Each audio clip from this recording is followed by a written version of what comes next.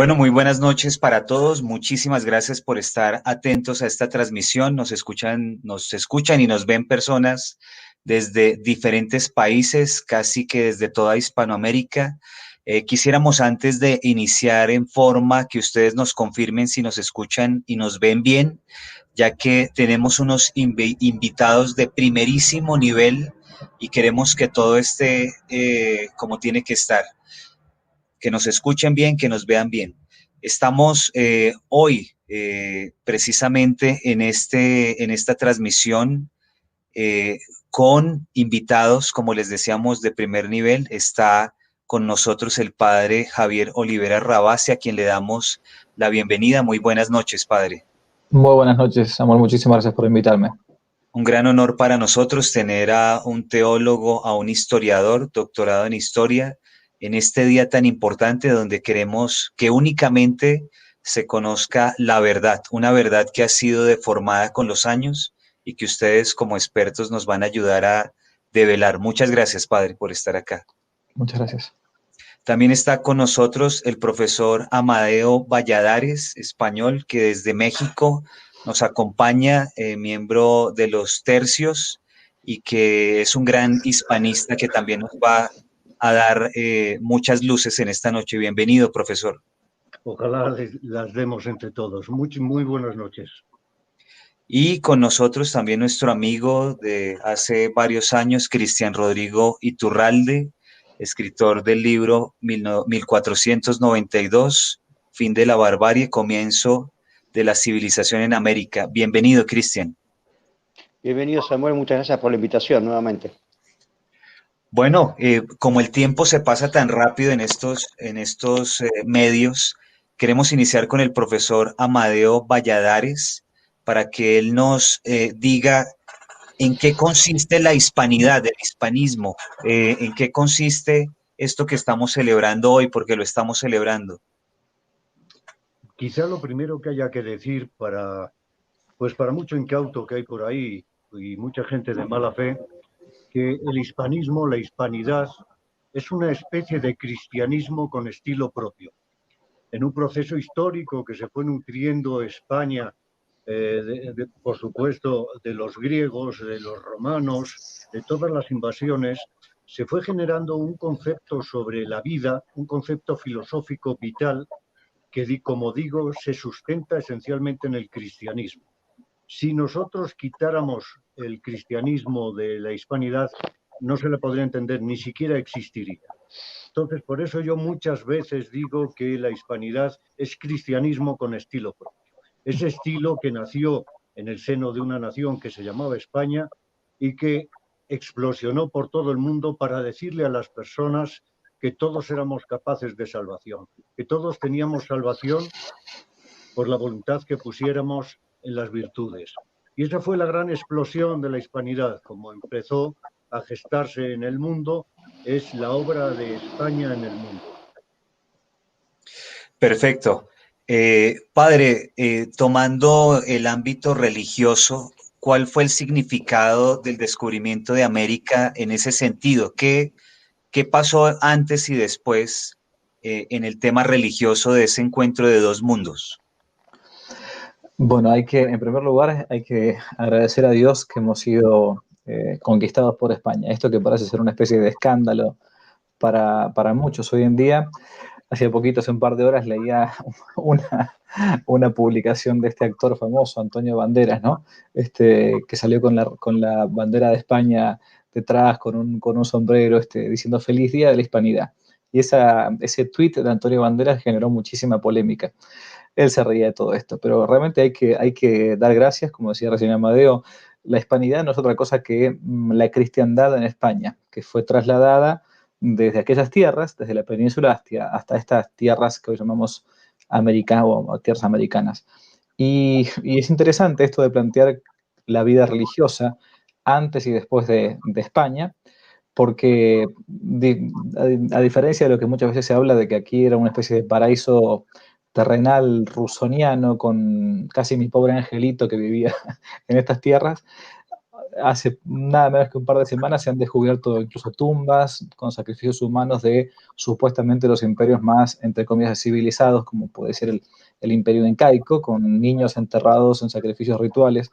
Así que bueno, hay que dar gracias porque yo siempre esto lo digo, el cristianismo, si no existiese como religión, porque nuestro Señor Jesucristo hubiese venido al mundo, Dios en carne, Dios hecho carne, a salvarnos, habría que inventarlo, porque es la religión más humana que puede llegar a existir. No solamente la que nos hace ir al cielo, ¿no?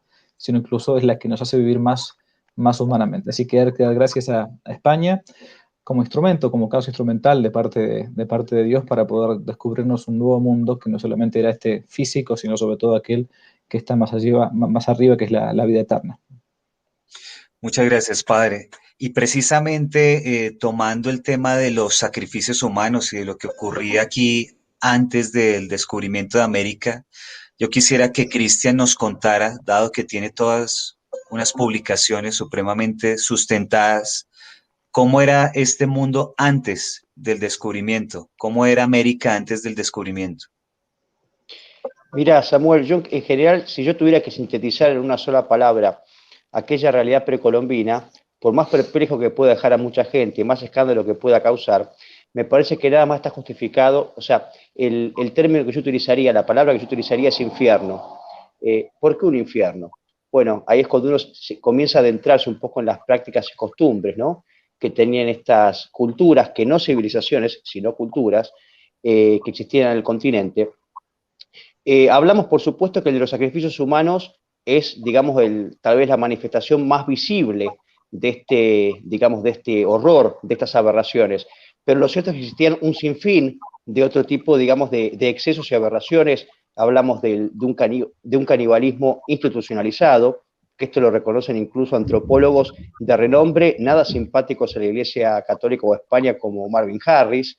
Tenemos una cuestión, por ejemplo, de la prostitución de los congéneres, o sea, tanto que hoy está en boga la cuestión del feminismo y vemos marchar conjuntamente a grupos feministas con los indigenistas, vemos que, por ejemplo, en ningún otro lugar histórico se ha oprimido más a la mujer que bajo estos regímenes indígenas, y esto lo reconocen incluso historiadoras feministas provenientes del marxismo. Es decir, que hay una serie de mitos que conviene ir desterrando en relación a los presuntos ideales que tenían, digamos, estos habitantes precolombinos, ¿no? Por supuesto que eran regímenes totalitarios y despóticos, donde un emperador y una casta dirigente básicamente gobernaban en detrimento del pueblo llano, que era la gran mayoría. Y bueno, lógicamente, la mejor prueba de que esto era efectivamente así es que eligieron aliarse estos pueblos sometidos inhumanamente ante estos regímenes bestiales y eligieron justamente aliarse con estos hombres que venían de Europa, con estos hombres católicos, con estos hombres españoles, reciamente viriles, y bueno, de otro modo no se podría haber explicado cómo 400 hombres al mando de Cortés pueden haber conquistado un imperio de 5 millones de personas y un pueblo eminentemente guerrero como el azteca. Entonces me parece que esta es la primera clave para entender realmente cuál era el estado de situación en ese periodo prehispánico. Y la respuesta la da justamente, me parece que la alianza voluntaria y consciente de estos pueblos indígenas con Cortés, que justamente terminaron siendo lo que luego se conoció como los indios conquistadores, porque ellos fueron parte integrante luego, ¿no? del Imperio Hispano-Católico.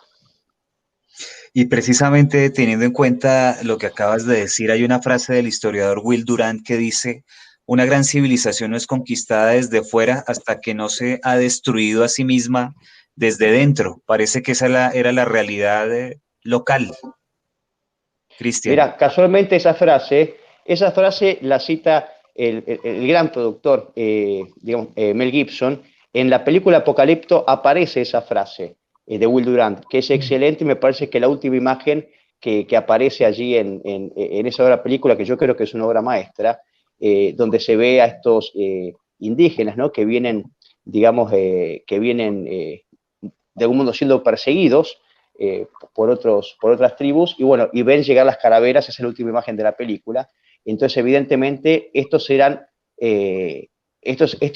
regímenes que estaban siendo destruidos antes de la llegada, por supuesto, de España, porque eran cientos de culturas distintas en un estado constante de guerra, porque eso era la América precolombina. Era un estado constante de guerra, todos vivían en guerra y de la guerra, exterminando muchas veces poblaciones enteras. Profesor, esta tradición de un cacique que domina a una población, que hacen lo que quieren, inclusive, pues como ustedes, creo que todos lo han dicho, sacrificios humanos, será un poco las raíces de esa nueva ideología que nos han querido imponer, que llaman comunista o socialista, donde manda una casta, el resto tienen que hacer, obedecer, y se pierden un poco en la masa, es decir, se pierde la persona como tal. ¿Eso será lo que estamos viviendo ahora? Sí, más o menos. Hoy parece que todo el mal se aglutina a través de lo que llamamos el nuevo orden mundial, porque, por ejemplo, los comunistas ya perdieron su fuerza a través de los pobres trabajadores que estaban siendo explotados, que vivían mal por un capitalismo opresor. Eso ya no puede vender a nadie. Si vieran cómo viven los obreros en España, estupendamente. Si les van a volver a vender eso, evidentemente ya no van a poder. La nueva propaganda consiste en la unión de toda la maldad que existe, utilizando distintos elementos. Hay algunos más poderosos que otros en esto, todos los conocemos, quienes llevan el nuevo orden mundial. Sin embargo, se utilizan las feministas, los indigenistas, los comunistas, todos ellos, aunque después se puedan matar, ahora son cómplices de la destrucción de la tradición que hemos heredado. Necesitan destruir el orden establecido para imponerse ellos, aunque ellos es un aglomerado que tampoco es, que no se puede cohesionar tampoco. Por lo tanto, al final, ellos mismos, si triunfaran como tal nuevo orden mundial, acabarían también destruyéndose entre ellos. Es una utilización de todo este desprecio por el orden establecido, por el orden natural, por la tradición, lo que quieren generar. Y parecen que son elementos aislados. Y como muy bien decía nuestro compañero Cristian, pues parece que los indigenistas están por su lado, luego se juntan con las feministas. Me pregunto yo qué tendrá que ver el indigenismo con el feminismo cuando estaban completamente oprimidas las mujeres.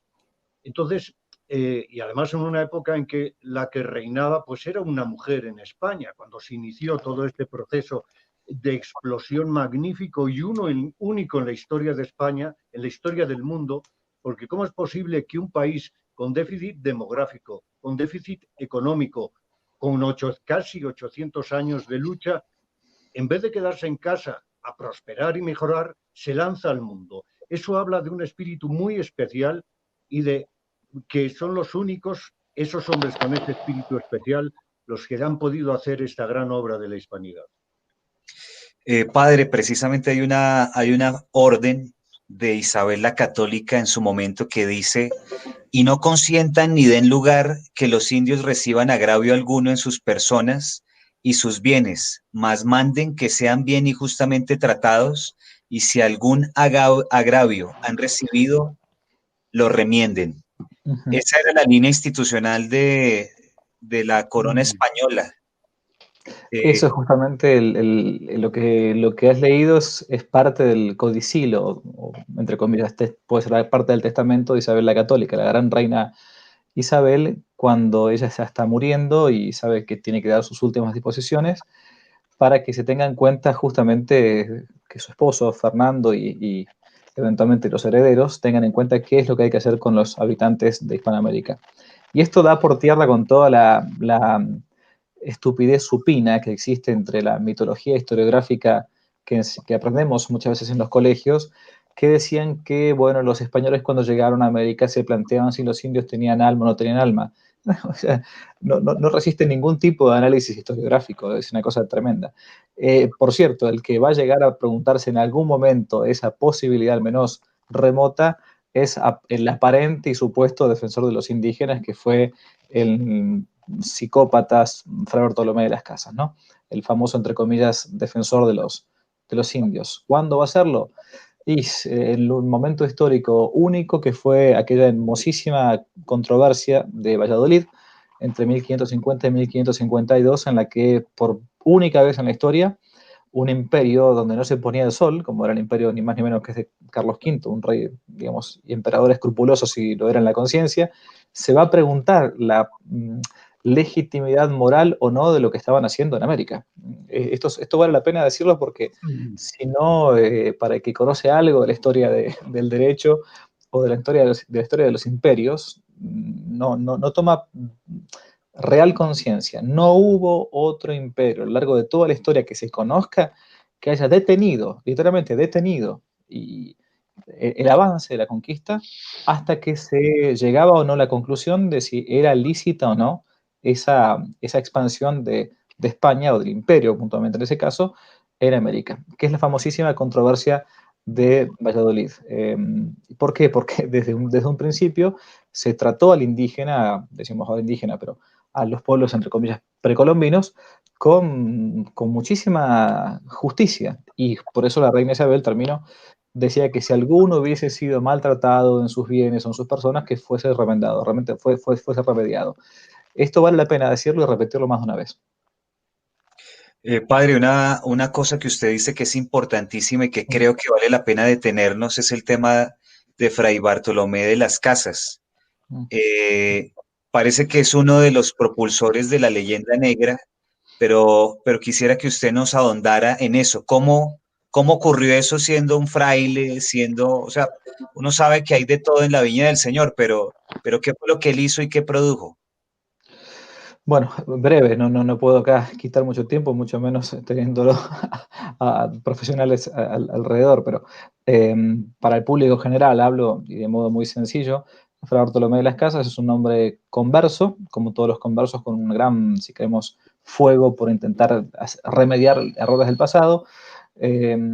Se hace religioso muy rápidamente después de que él se convierte, al menos digo conversión a su vida de practicancia católica, ¿no?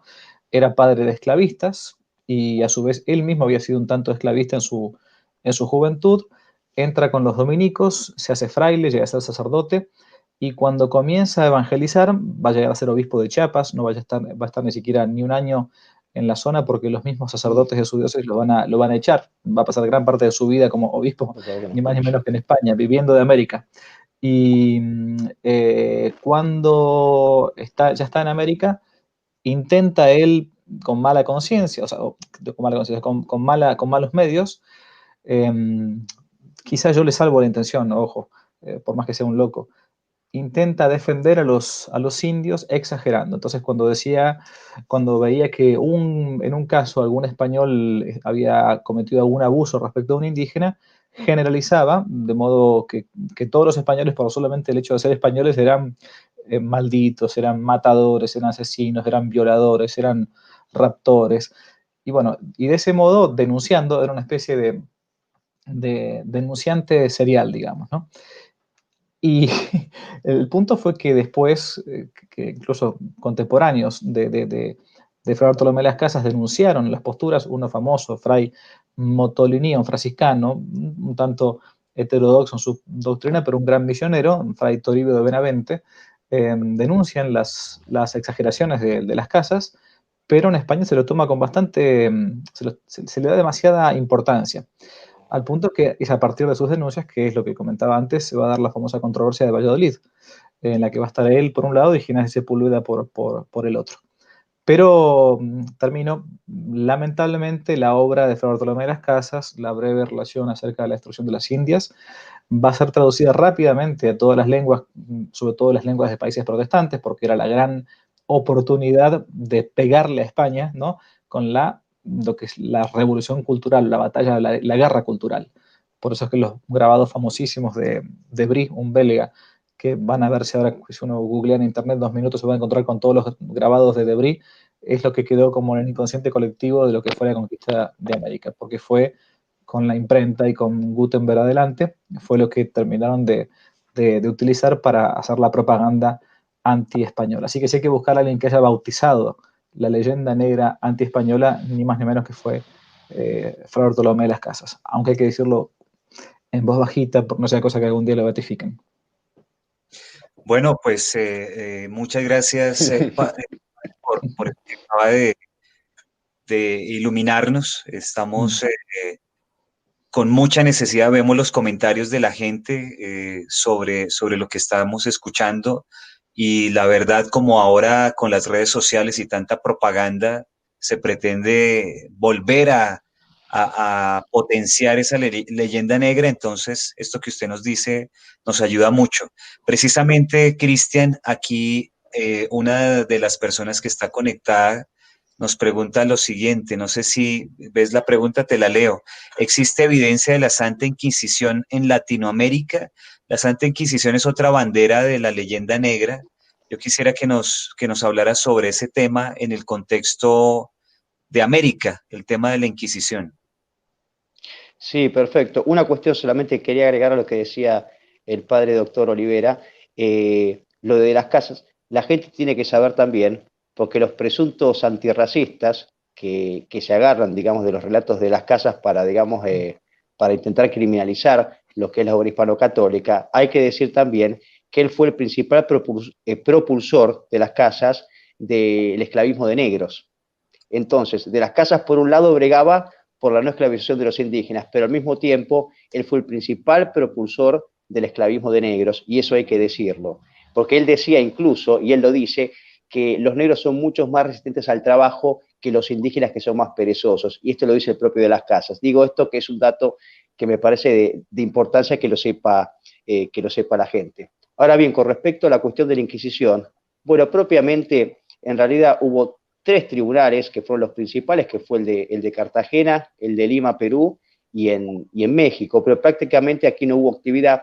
Pero lo más importante que hay que decir sobre esta cuestión, porque es lo que más se suele señalar, por lo menos en el contexto americano, es que ni un solo indígena, lo repito, ni un solo indígena no solo no fue ejecutado por la Inquisición, digamos, a instancias de la Inquisición, porque nunca es la Inquisición la que ejecuta la pena, sino que ningún solo indio fue procesado por el sencillo motivo de que estaban exentos de la Inquisición. ¿Por qué? Porque eran neófitos en la fe, es decir, la Iglesia, por lo general, un nuevo converso suele darle, sucedió en el caso de los moros, incluso de los moros conversos al cristianismo, suele contemplar esa situación y suele darle muchas veces 20, 30 años para que aprendan las verdades de la fe, de modo de que involuntariamente ellos no puedan caer en alguna cuestión herética. Pero estaba prohibido, los indios no podían ser procesados por la Inquisición, porque la Inquisición solo tenía poder, atribuciones, facultades sobre los bautizados cristianos. Es importante saberlo, del mismo modo que ni un solo judío, incluso ni un solo musulmán, no solo no fue ejecutado en instancias de la Inquisición, sino que no fue procesado, porque solo tenía potestad sobre los bautizados cristianos. Esto lo aclaro porque es una cuestión que por lo general se ignora. Realmente fueron muy pocos casos. Por hablar rápidamente, en 350 años, la Inquisición, que nace en el año 1478 y es abolida aproximadamente en el año 1830, ya los últimos 2 siglos prácticamente sin actividad, especialmente con la llegada de los Borbones, dependiendo del autor y viendo un poco las cifras, las distintas fuentes, se estima que el Estado ejecutó entre 5.000 y 10.000 personas en 350 años, lo cual, si queremos remitirnos a cuestiones estadísticas, no es nada en comparación a los 400.000 campesinos católicos que la presunta revolución de la libertad, igualdad y la fraternidad, como fue la jacobina francesa, ejecutó en solo un par de años. Así que, y esa mayor parte de los ejecutados se dieron en Europa. En América fueron poquísimos los casos de procesados y de ejecutados, y los ejecutados fueron cristianos viejos, no indígenas o conversos. Una cosita para complementar, Cristian, hay un nuevo libro que está circulando por ahí, supuestamente defendiendo a las personas que están del lado conservador, se llama La Neoinquisición, y hace una introducción terrible donde habla de millones de asesinados por la Inquisición.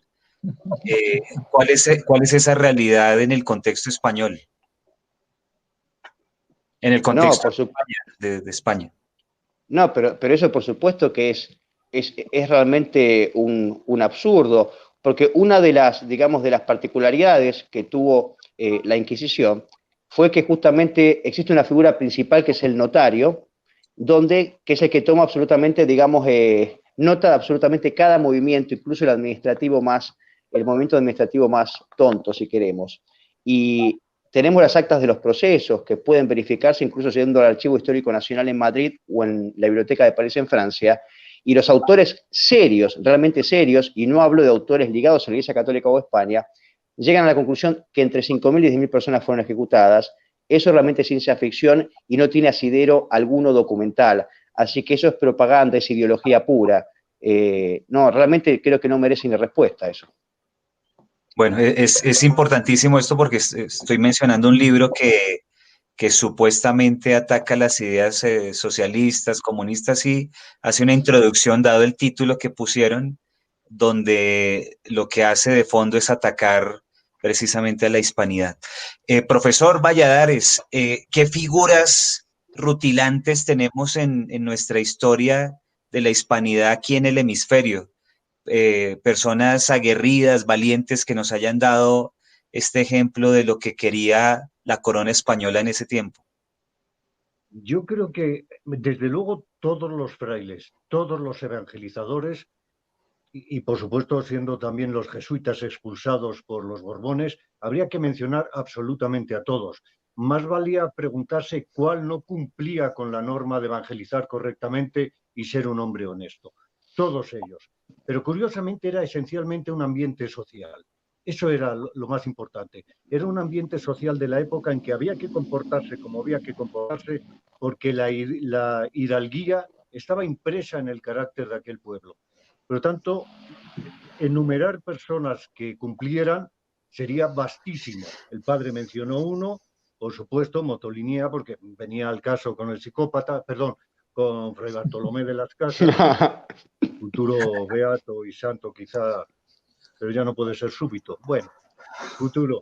Entonces, lo que habría que preguntarse es quién no cumplió, porque realmente era el ambiente social de la época y nadie se quería salir de ese ambiente social. Esto es algo que también debemos entender, porque no se puede comprender una actividad tan magnífica como es la gesta de la hispanidad sin entenderlo con hombres que estuvieran perfectamente embebidos. Lo dijeron nuestros enemigos, lo dijo Drake, lo dijeron otros ingleses.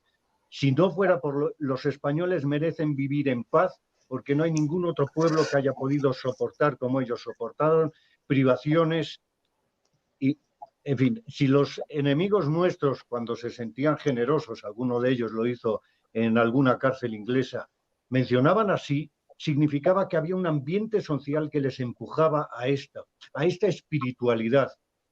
Y por eso 6 millones de personas. Ahora empiecen a dividir. Eran menos de 3 millones de hombres. Había labriegos que nunca salieron. Nos quedamos sin personas. Y eso fue el momento del apogeo de España. Y estaban reteniendo a los turcos, reteniendo a los herejes, reteniendo a todos los enemigos de Europa, y además conquistaban, descubrían y seguían adelante. A la escuadra y al compás, y más y más y más. ¿Con qué espíritu, si no se cree de esa manera moral lo que se está haciendo? Eso no existiría sin esos hombres, sin ese ambiente social que hoy debemos recuperar. Para eso nació Nuevos Tercios en los años 80. Lo fundamos para recuperar todo este ambiente social y volverse a exigir a uno mismo cómo debemos ser. Tanto hay que volver a descubrir la hispanidad, volver a descubrir la hidalguía y volver a hacer que impere en lo social, sobre todo en los jóvenes, recuperar su alma, que la han matado, han aniquilado el alma de los jóvenes, recuperarla. Decía usted al principio que la batalla intelectual hay que darla más que nunca. Claro, y es una batalla, porque ¿de qué me vale tener conocimiento, tener sabiduría, si no defiendo aquella verdad magnífica que he descubierto con mis estudios? Necesitamos esta lucha que ya definida podamos difundir por todos sitios. Tenía usted al principio, antes de salir al aire, que lo había comentado usted, la gran necesidad más que nunca, es cierto, más que nunca, el enemigo es más fuerte que nunca, su propaganda más fuerte que nunca, y se ha infiltrado por todos sitios hoy. Y los jóvenes están totalmente fuera del contexto de lo que ellos mismos son. Hay que recuperar ese conocimiento de lo propio para enaltecer ese espíritu, ese honor, despertar otra vez el honor de los jóvenes en el combate. Entonces, yo señalaría que más que una persona es un ambiente social que, por cierto, para eso están Nuevos Tercios y estos señores que hay aquí, recuperar el alma de los jóvenes y el sentido del honor. Un ambiente social. Padre, ¿a qué se debía esa, llamémoslo así, hidalguía? Todo eso que tal vez Cervantes nos menciona en Don Quijote, que era ese ambiente social al que hace referencia el profesor Valladares. ¿A qué se debía que esa cultura haya llegado a ese punto y que haya sido lo que nos hayan querido transmitir acá en América? Mira, hace unos días, por un par de semanas, tuve la gracia de hacerle una entrevista a un personaje para mí mítico, legendario, a quien yo escuchaba de pequeño, ¿no? Es un personaje español, todavía está vivo, trovador del medioevo, pero que vivió en el siglo XXI, que es el Don Joaquín Díaz. Don Joaquín Díaz es una especie de personaje tolkieniano, pero que vive en la vida real, ¿no? Y que se ha dedicado toda su vida a recopilar los romances, las leyendas, las poesías, ¿no? Y hablando con él, yo lo escuchaba y he cantado siempre los romances desde joven, ¿no?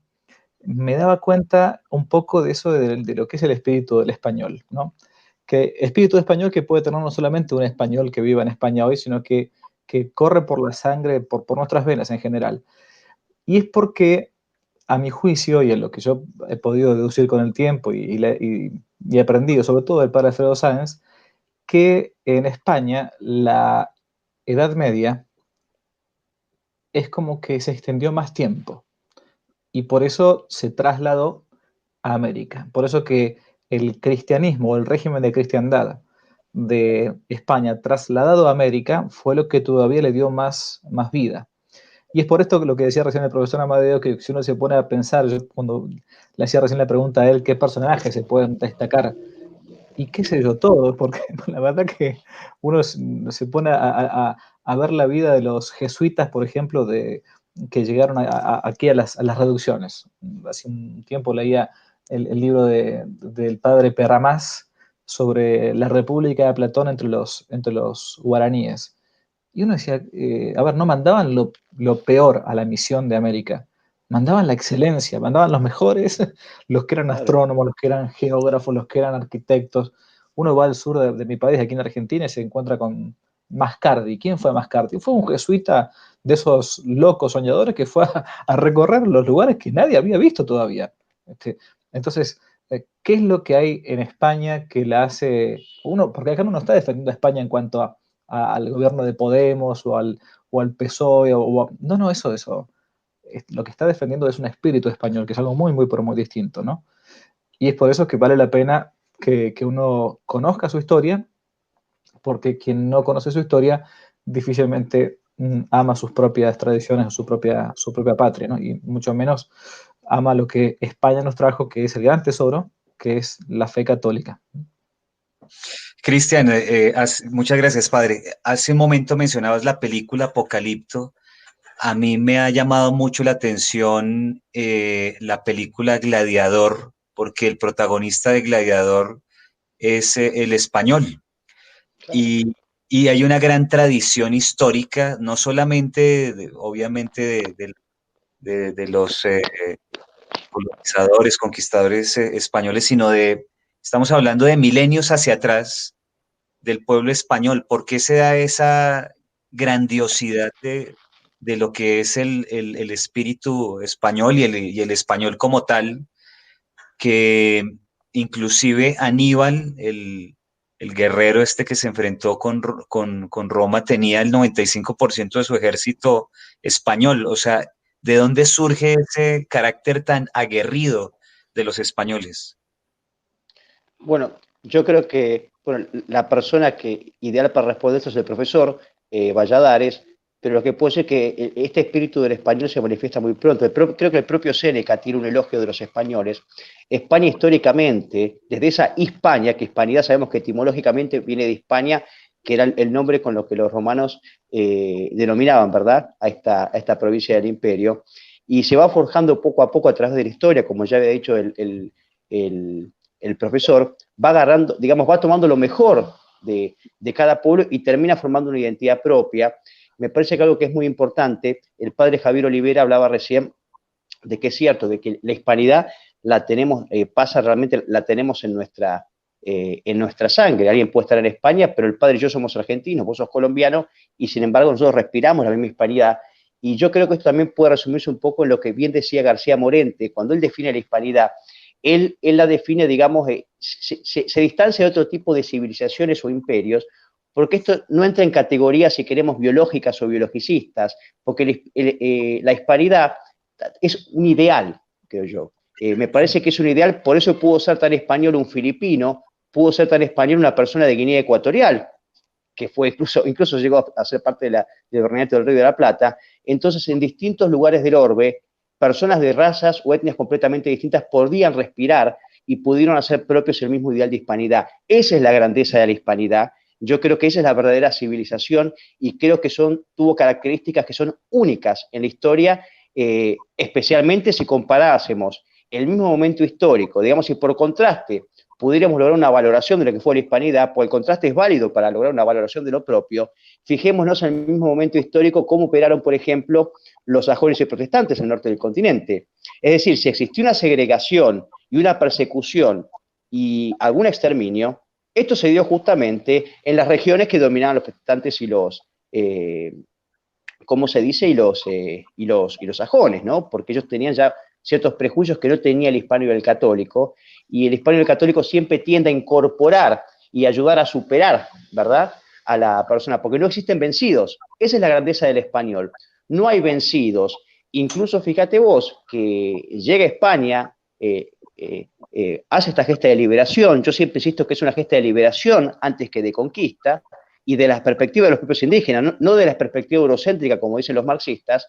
Me parece que esa es la grandeza que tiene España, que incorpora absolutamente a todos los pueblos del universo. Una cosa más que quería decir, que especialmente en estos tiempos, ahora que está tan en boga la cuestión de los derechos humanos, que sabemos que es un concepto que está completamente ideologizado, pero si vamos a lo que son propiamente los derechos humanos, se lo debemos en gran medida a la España católica.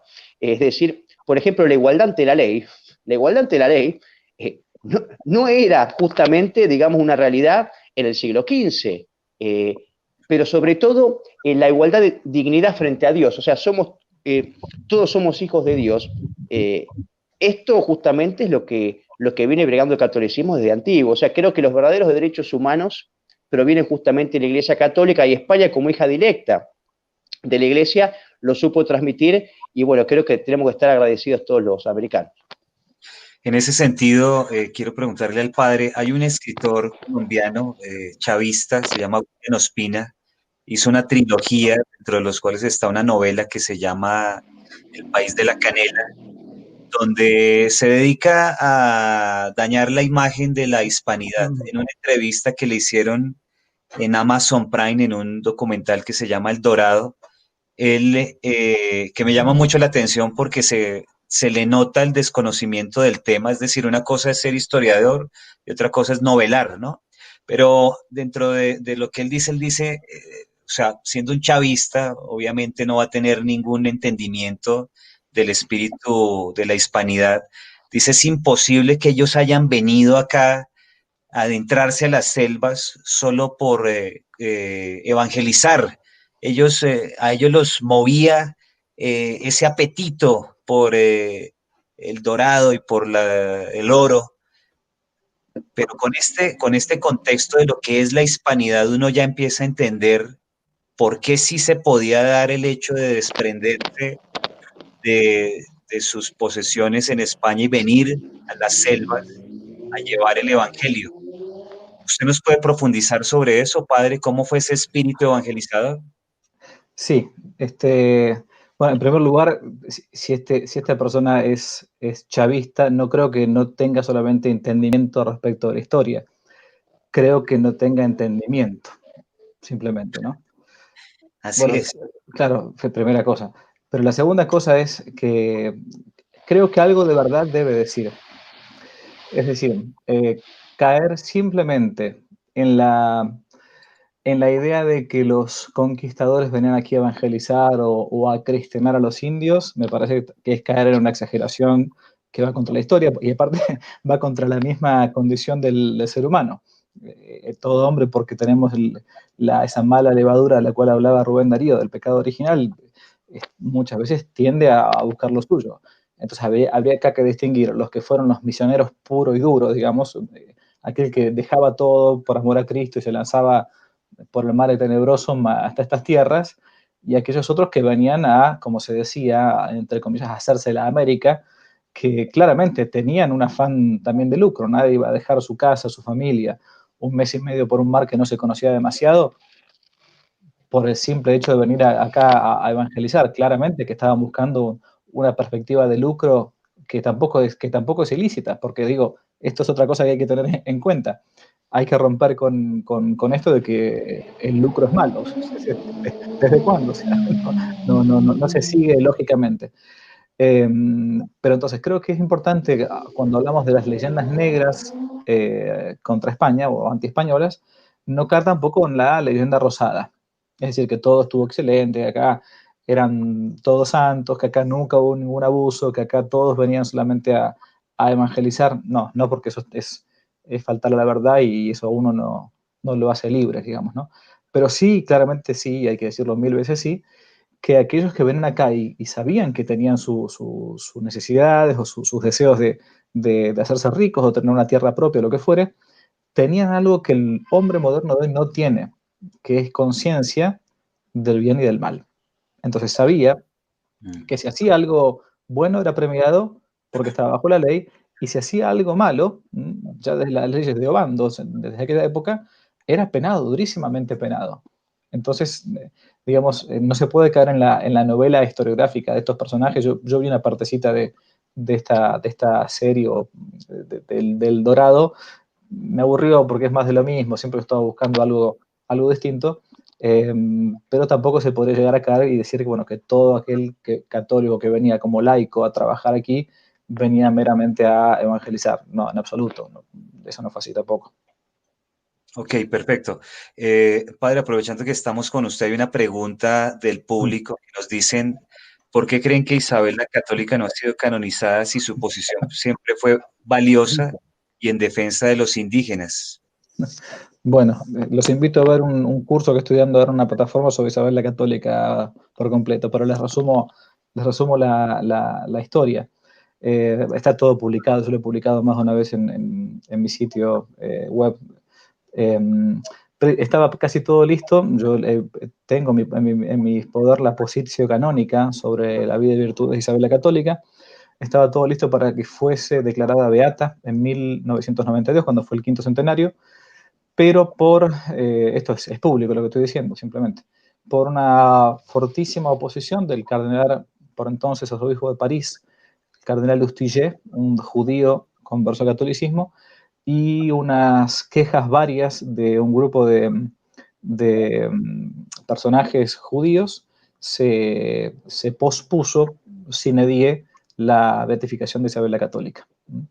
Así que no fue por el tema de los indígenas, porque claramente eso está probadísimo, fue por esta oposición desde afuera y también de algunos naturalmente desde adentro, que todavía Isabel no llegó a la gloria de los altares. Creo que ese dato es importantísimo. Hay otra pregunta para el de ustedes que nos quiera responder de la gente que nos está viendo de todo el hemisferio. Pregunta para los invitados: ¿qué opinión les merece la relación historiográfica vinculando a los jesuitas, entre paréntesis, a raíz de su expulsión con Carlos III, a los movimientos independentistas hispanoamericanos? No sé si el padre tenga alguna información sobre eso. No, de ese tema no, prefiero no opinar. Ok, perfecto. Entonces, pues dada la grandeza del encuentro de estos dos mundos, también valdría la pena decir que cuando, lo dijo ya el padre, pero quiero resaltarlo, que cuando ocurría algún hecho que no estuviera acorde con las líneas de la corona, era penado. El profesor Valladares nos puede decir qué ocurre en ese sentido con el mismísimo Cristóbal Colón, es decir, ¿ocurrió algo de parte de la corona con él por algún tipo de acto, abuso, lo que sea? Naturalmente. Yo quisiera, si el padre me lo permite y el conductor también, abundar en lo que acababa de decir el padre porque lo considero más importante de lo que parece, que la Edad Media se prolongó en España y llegó a América, naturalmente. Y no solamente se prolongó, sino que el Renacimiento español es Edad Media sublimada. Eso es, nunca cortó España con la Edad Media. La continuó, la sublimó y siguió adelante. El resto del Renacimiento europeo cortó completamente con los principios de la Edad Media y pues es un proceso diferente al Renacimiento español. El Renacimiento español tuvo toda la grandeza cultural de los otros renacimientos, pero nunca cortó con la Edad Media. Siempre cortar con lo que viene. Al fin la tradición es una herencia escogida. O sea, si heredamos algo, nosotros lo pulimos, lo mejoramos, eso es la tradición, ¿no? No es en bloque una herencia como una herencia biológica, es una herencia intelectual y moral y entonces se selecciona. Por eso la tradición cristiana es tan buena. Precisamente hay este proceso de selección en aquella tradición, que es la mejor tradición del mundo. Y nuestra primera globalización fundamentada en esto, en el espíritu, pues es la primera globalización y la más grande del mundo. Solo para abundar en lo que usted dijo, porque me parece muy importante este concepto de no romper, sino sublimar, continuar, mejorar, y eso es lo que hizo la grandeza de aquel momento también. Con Colón, por lo que ocurrió, Colón no es de mis personajes históricos favoritos y por tanto, pues, difícilmente, si no lo es, puedo hablar muy bien de él. Colón era un hombre vivo que quería pues, favorecerse de, como decía el padre, pues, no es nada malo tampoco intentar favorecerse económicamente, heredar a la familia, no tiene nada malo.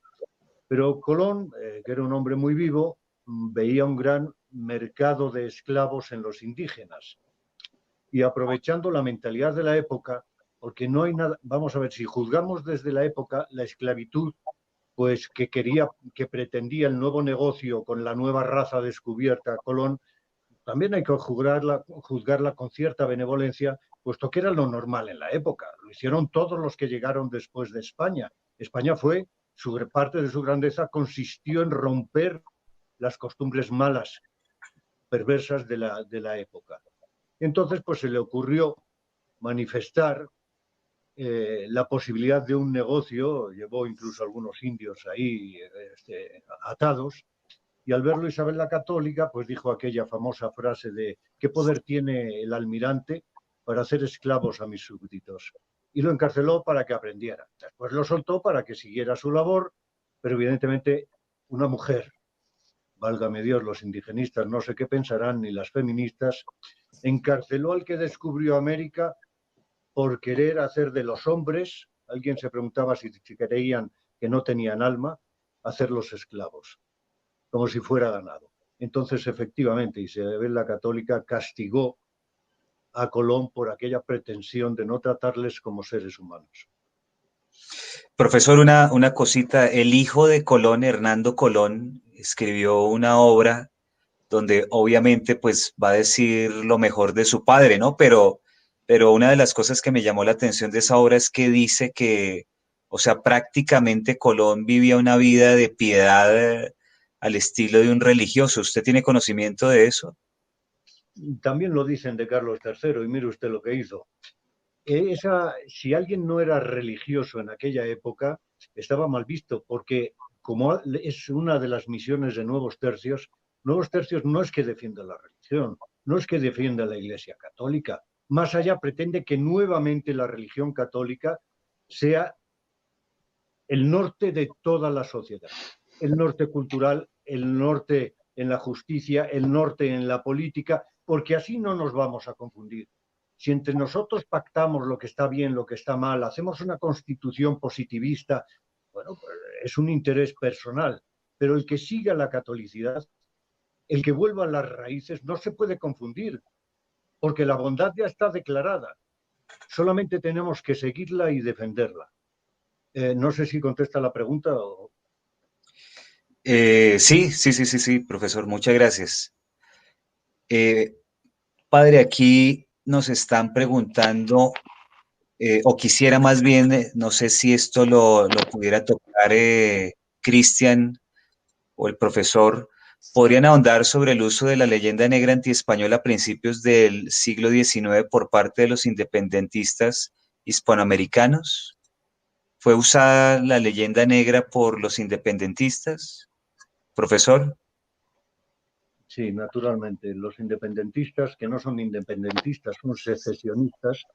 Los secesionistas utilizaron cualquier argumento para...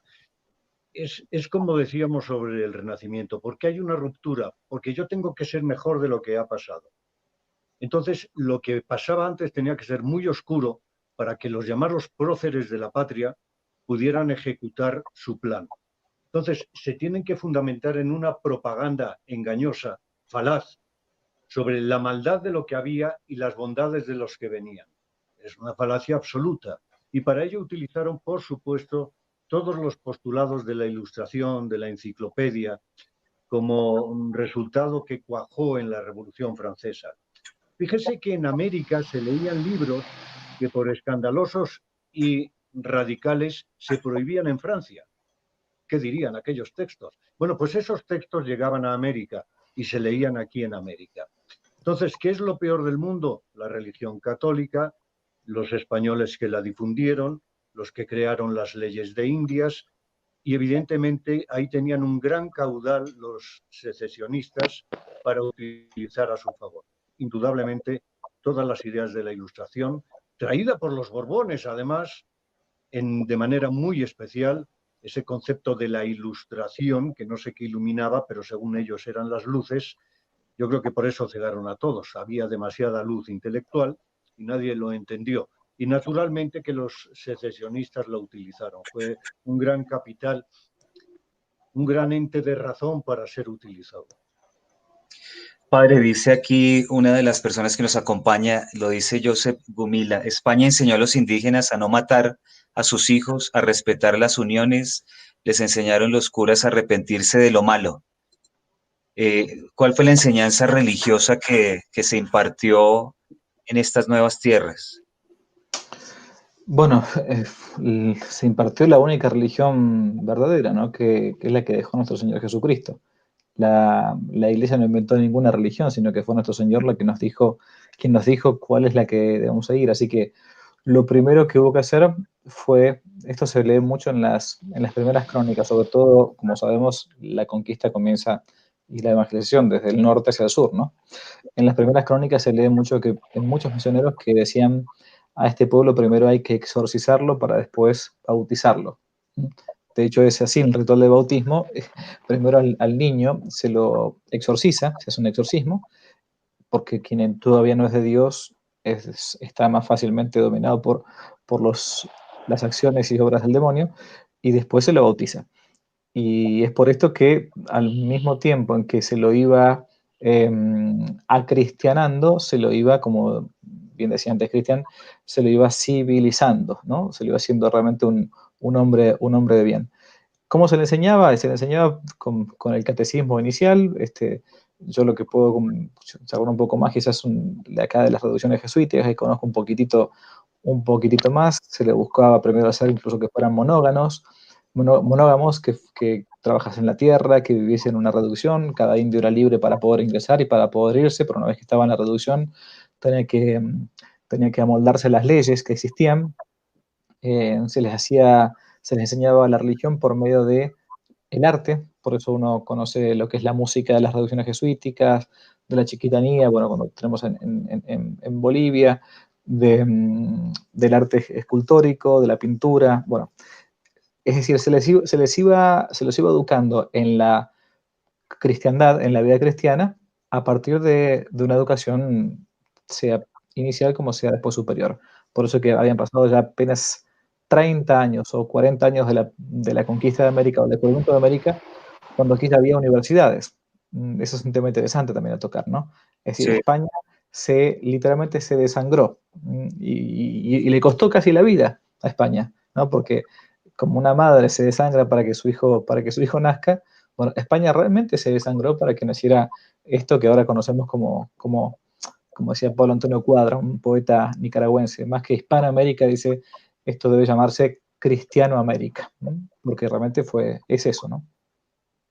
Espectacular. Y precisamente en esa línea, Cristian, siempre pues hemos visto que el español, cuando llegaba a un sitio, construía una iglesia, construía una escuela, construía un hospital, y muchas universidades se construyeron mucho antes inclusive que, por ejemplo, la Universidad de Harvard. ¿Eso se evidencia de alguna forma en tu obra? Digamos, está plasmado ahí en 1492, fin de la barbarie, comienzo de la civilización en América. Sí, sí hace una mención, si bien se focaliza más bien, digamos, en lo propiamente precolombino, es decir, creo que la primera tarea era demistificar lo que había antes y, y luego hacer referencia a lo que trajo España y la Iglesia, que creo que es un poco más conocido, hay excelentes trabajos sobre esa cuestión. Eh, por supuesto que, como dice el padre Javier, literalmente se desangró España. Si volvemos a la comparación anterior, fíjense que los asentamientos de la corona británica son asentamientos costeros, ¿verdad? Las únicas construcciones son, digamos, en función de la extracción de los materiales. ¿Se escucha? Se escucha bien, ¿no? Se te fue un poquito la onda. Ah, ¿Puedes repetir lo último, por favor? sí, España y la Iglesia se adentran, van en cada rincón, digamos, remoto, construye, como vos dijiste, hospitales. Por ejemplo, cuando se funda Harvard, España ya había fundado 15 universidades, escuelas superiores. No nos olvidemos que muchos indígenas, porque como contrariamente a los sajones y protestantes, España los incorpora, los mejores alumnos indígenas tenían la posibilidad, si iban a estudiar a la metrópolis, si iban a España, ¿verdad? Como Garcilaso de la Vega, por ejemplo. Garcilaso de la Vega, él tiene obtiene una educación superior en España y vuelve. Entonces, esto demuestra de qué modo fue incorporado realmente el indígena, después ocupan cargos políticos, etc. Esto en los Estados Unidos de América fue impensado, en las regiones sajonas fue impensado. Como decía, creo que era el padre Javier, que aquí vino realmente lo mejor a América. Es más, las personas de mala fama o mala reputación no tenían permitido venir a América. Fíjense ustedes, por ejemplo, cómo poblaron los ingleses sus colonias. Con delincuentes, esto es de público conocimiento. Australia, por ejemplo, fue poblado con la lacra de la lacra, abrieron las prisiones y los mandaron todos a Australia. En los Estados Unidos, en los que son los Estados Unidos de América, muchos eran o perseguidos, digamos, de los ingleses, o también eran justamente, digamos, personas de muy mala reputación, y España trae lo mejor. Pero bueno, sí, acá construye realmente España y la Iglesia Católica haciendo un sinfín de obras. Teniendo en cuenta eso, y para la gente que nos está viendo, como este tema es tan amplio y el tiempo es tan corto, y también para los invitados queremos contarles que Gonzalo Jiménez de Quesada fue considerado tan grande, digamos, dentro de la hispanidad, que el rey le envía un Cristo que estuvo en la primer cruzada y que estuvo posteriormente en la batalla de Lepanto, y está ese Cristo acá en Colombia, en la ciudad donde Gonzalo Jiménez de Quesada murió, que se llama actualmente Mariquita. Entonces, era impensable no hacer un programa como este en un país que en la actualidad tiene un Cristo que estuvo en la primer cruzada y que posteriormente estuvo en Lepanto. De ahí que les agradecemos enormemente que nos hayan aceptado esta invitación. De esto haremos un programa posterior para la gente que nos está acompañando y nos está viendo hoy. Profesor Valladares, la, Gonzalo Jiménez de Quesada lo acaba de nombrar, pero digamos, dentro del contexto, usted como español y habitante actual de México, yo sí quisiera insistir un poco, a pesar de la grandiosidad de todos los personajes de España que vinieron, que usted nos mencionara alguna anécdota de uno de estos españoles acá en las nuevas tierras, donde pues nos dejaron su legado, pero a veces estas anécdotas, estos ejemplos, sirven mucho para que uno entienda mejor la grandeza de la hispanidad. Y el carácter, es decir, la personalidad de aquellos que vinieron. Hay muchísimas y hay libros que tratan precisamente de anécdotas de conquistadores que son para mí bellísimos porque te están mostrando la cara más humana de aquellas personas. Hay uno, por ejemplo, voy a hablar de Hernán Cortés, ya que estoy en México, que él estaba para que los indígenas, incentivar a los indígenas a ir a misa, les dijeron que iban a castigar a quien no llegara a tiempo a misa, que había que llegar a tiempo. Entonces, una vez queda Hernán Cortés con el padre de entonces, el fraile, le dice, voy a llegar un poco tarde para que usted me dé un golpecito con una vara. Y dice el fraile, vale, muy bien. Entonces Hernán Cortés llega un poquitito tarde, perdóneme, excúseme, dése la vuelta. Y le empieza a dar fortísimo. Entonces se gira y digo, oiga, que esto era para solamente... Usted se calla y lo aguanta. Esa es una. Y respecto al carácter y la picardía de las personas de aquí, hay otra anécdota muy simpática. Hernán Cortés era, bueno, le gustaba jugar a las cartas. A mí también. Juego al tute. Solo al tute, al musno. Y estando en su palacio, estaba jugando a las cartas con amigos suyos y entra un rayo. Y entonces todos se asustan.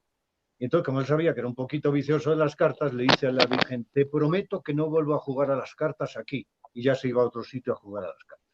Entonces, esa forma de arreglar la vida, que es anécdota y que es simpático, dan un poco la imagen humana de las personas, porque realmente eran personas muy humanas. Estaban acostumbrados a la muerte, al sufrimiento, al sacrificio extremo, y curiosamente, la gente fuerte, la gente de carácter, eso solo les sirve para ser mejores. Padre, ¿usted nos podría dar alguna anécdota de algún personaje de la hispanidad aquí en América, algo parecido a lo que nos acaba de mencionar el profesor Valladares? No, no exactamente, pero estaba leyendo los comentarios y hay un tema que no quiero dejar pasar. Y es que quizás, bueno, no todo el mundo comparte, no tiene por qué compartir, pero es un tema que nosotros aquí en América hemos estudiado bastante, y es el tema de la independencia y de la autonomía. Se planteaba ahí si San Martín era masón o no era masón, si Bolívar era masón o no. Bueno, acá está más que estudiado. Una cosa es la independencia, otra cosa es la autonomía. Una cosa fue el primer movimiento autonómico para poder estar justamente fiel a España, porque estaba dominada por José Bonaparte, Pepe Botella, y otra cosa muy distinta es el matiz y el cariz que tomó después, que fue una revolución, la famosa Revolución de Mayo, que se ha extendido por todos lados, con los movimientos independentistas claramente pro-ingleses, masónicos, en fin. Un personaje que paradigmático es la imagen de don José de San Martín, ¿sí?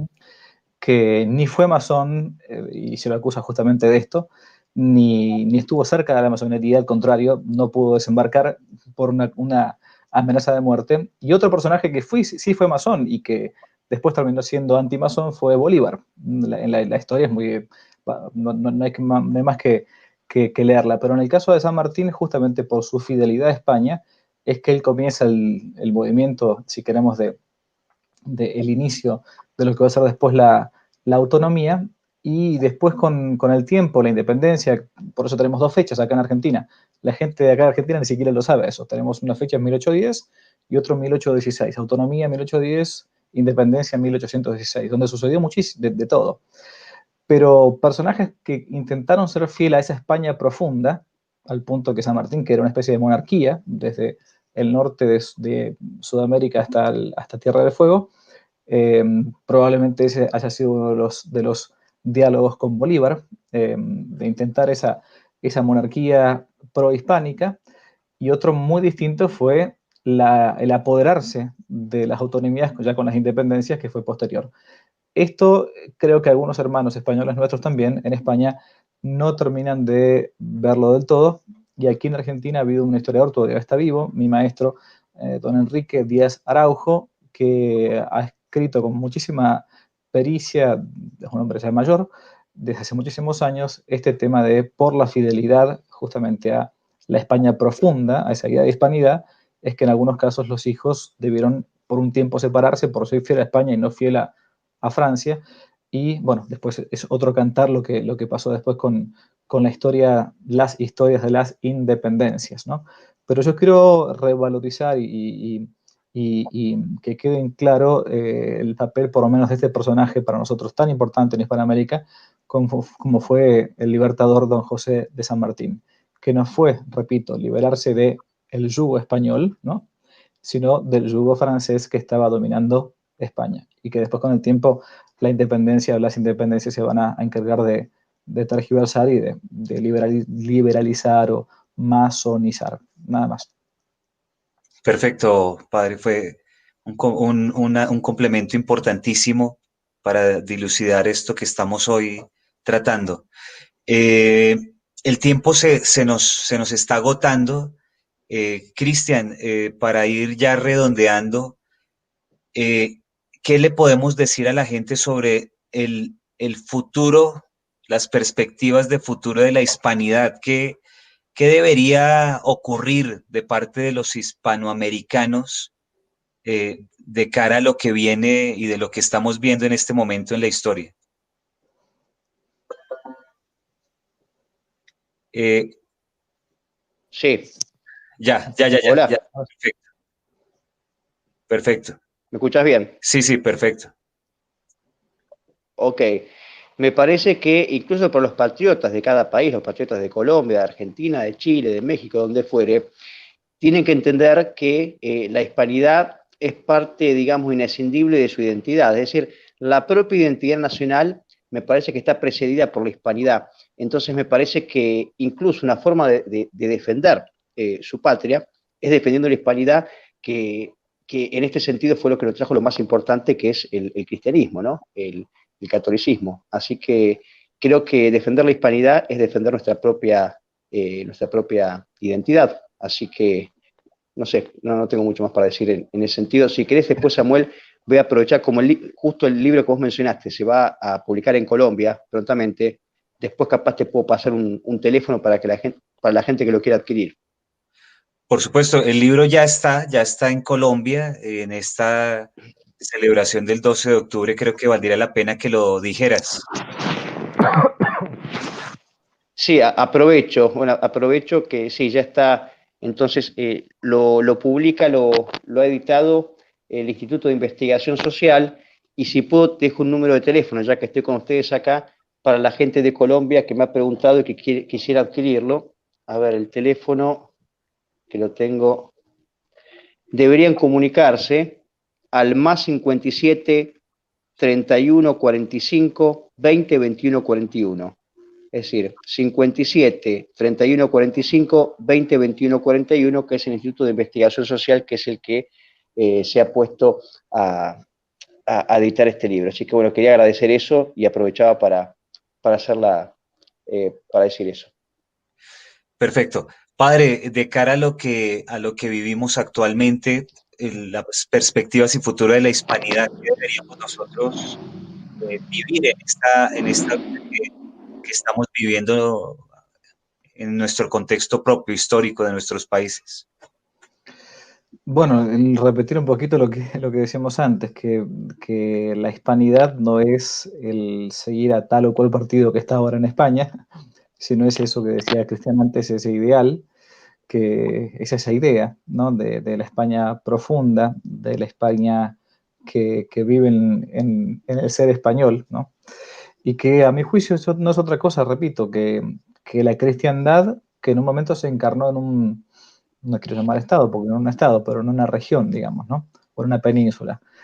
¿Qué es la cristiandad? Es cuando la filosofía del evangelio gobierna los estados, gobierna no solamente las conciencias privadas individuales, no como dicen los liberales, que yo soy católico solamente en mi casa, en mi sacristía, el domingo en misa, sino que gobierna todo el ámbito social. Entonces se nos nota a nosotros el hecho de que públicamente intentamos profesar a Cristo, siendo o intentando ser sal de la tierra y luz del mundo. Ese ideal de hispanidad es esa cristiandad que afloró en su momento en estos reinos y que llegó a estas costas cristiano-americanas.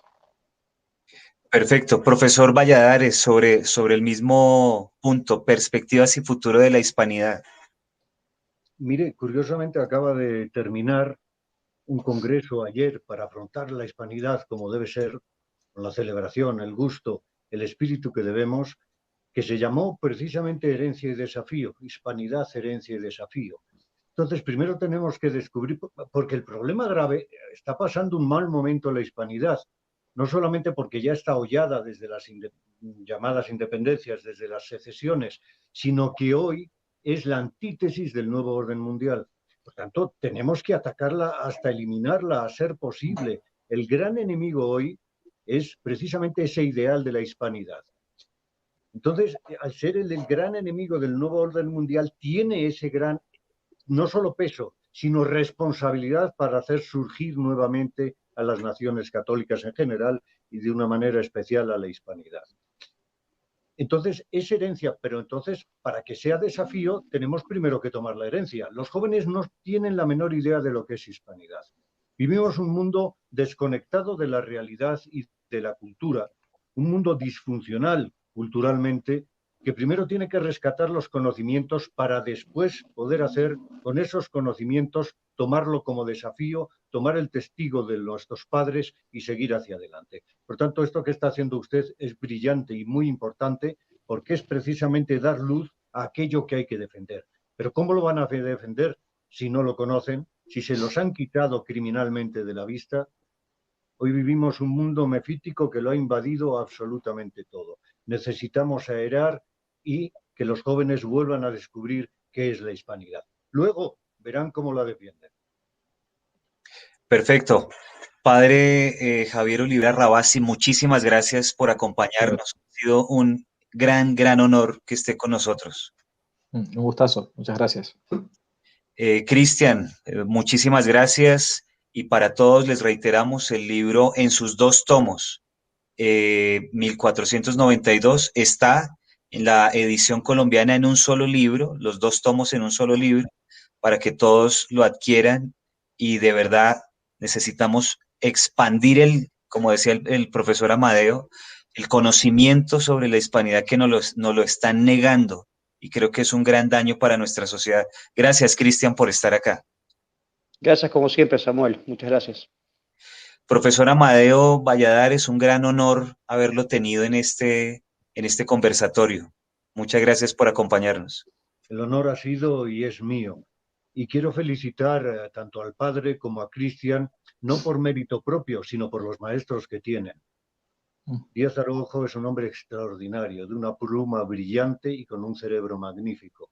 Y lo mismo se plasma en don Antonio Caponeto, que le hemos tenido la suerte de que sea uno de los conferenciantes del congreso que acaba de pasar.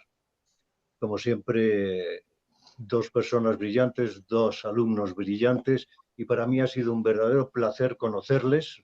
Muchas gracias, don Samuel Ángel, ha sido un verdadero placer, y estar con don Cristian, antiguo camarada de combate, ya podemos decir, miembro de Nuevos Tercios, al cual invitamos al padre Javier, a ver si le veo por Nuevos Tercios. ¿Cómo no? ¿Cómo no? En la próxima pandemia. En la próxima pandemia. No, como decía precisamente don Antonio Caponeto en una grabación que hizo a propósito del que cerraron aquel seminario por no querer hacer lo que pues la línea moderna del Vaticano, que no es moderna porque ha sido un proceso, las cosas no salen porque sí de repente, ya no sé ni qué decíamos porque, en fin, es un honor estar con ustedes. Padre, le espero en Nuevos Tercios. A don Cristian ya le tenemos. Y a don Samuel, felicitarle por este esfuerzo que hace. Y por eso es un gran honor el haberme juntado con estos ponentes extraordinarios. Don Cristian también fue ponente del Congreso, el maestro y el alumno, que es un gran maestro también. Muchas gracias por lo del Congreso y muchas felicidades por el libro en Colombia. Qué bien que está ya el libro en Colombia. Gracias.